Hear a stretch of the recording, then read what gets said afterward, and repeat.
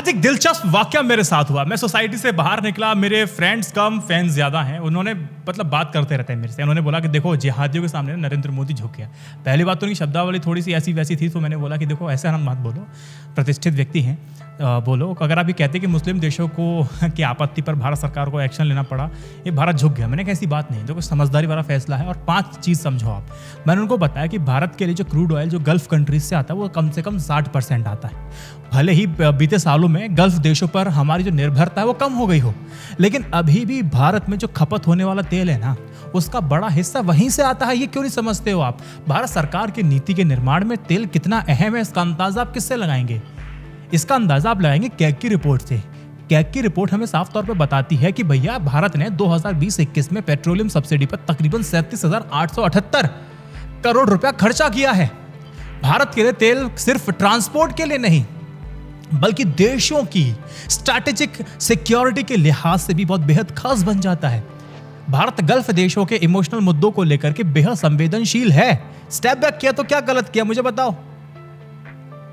दूसरी बात, गल्फ के सिर्फ 9 देशों में करीब 90 लाख भारतीय मूल के लोग रहते हैं। इनमें से सबसे ज्यादा 35 लाख लोग यूएई और 30 लाख लोग सऊदी अरब में रहते हैं। कतर, यूएई और सऊदी अरब में भारतीय लोगों के कई बड़े बड़े रिटेल स्टोर हैं, रेस्टोरेंट भी हैं। ऐसे में नुपुर शर्मा के बयान पर जो हंगामा मच गया है, उसके बाद क्या होता क्या आपको पता है? कतर और यूएई के सोशल मीडिया पर बॉयकॉट इंडिया ट्रेंड करने लगा था। साफ है, इससे इन देशों में रहने वाले जो भारतीय लोग हैं, जो कुछ कमा खा रहे हैं, उनके बिजनेस पे इंपैक्ट पड़ना तय है। आपने तो बस डाटा खरीदा है ना, सिर्फ ट्वीट करने के लिए। रीट्वीट कर दिया आपने, लेकिन भुगतना उनको पड़ा है। थोड़ा बुद्धि से सोचो। तीसरी बात मैंने उनको बताया कि देखो यार, कोरोना का जो समय चल रहा था ना, उससे पहले तकरीबन 2019-20 में गल्फ देशों में रहने वाले लोगों ने 6.38 लाख करोड़ रुपए से ज्यादा भारत को यानी देश को भेजा था।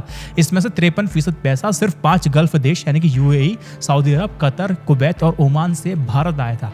ये आरबीआई की रिपोर्ट बताती है कि भारत में इस पैसे का सबसे ज्यादा 59% हिस्सा 3 राज्यों महाराष्ट्र, उत्तर प्रदेश और बंगाल में आता है। यही वजह है कि भारत गल्फ देशों के भावनात्मक मुद्दों को हल्के में नहीं लेना चाहता है। Simple as that.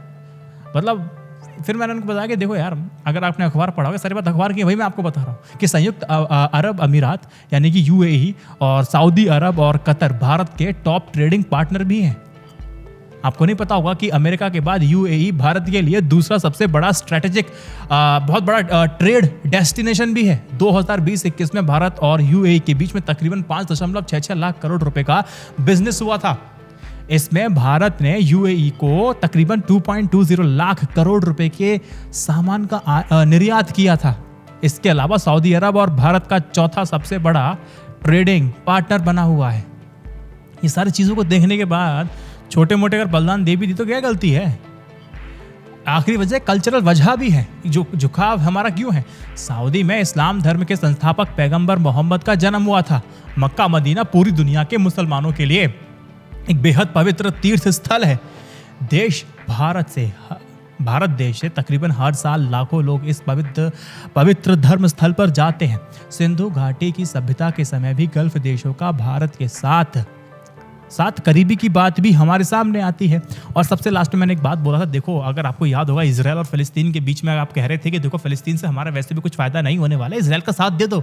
तो मैंने उस समय आपको बताया भी था कि देखो ऐसा थोड़ी ना कि मतलब आस पड़ोस की लड़ाई है, एक से बिगाड़ लेंगे, कोई दिक्कत नहीं दोस्त, यहाँ तो बहुत दिक्कत हो जाएगी।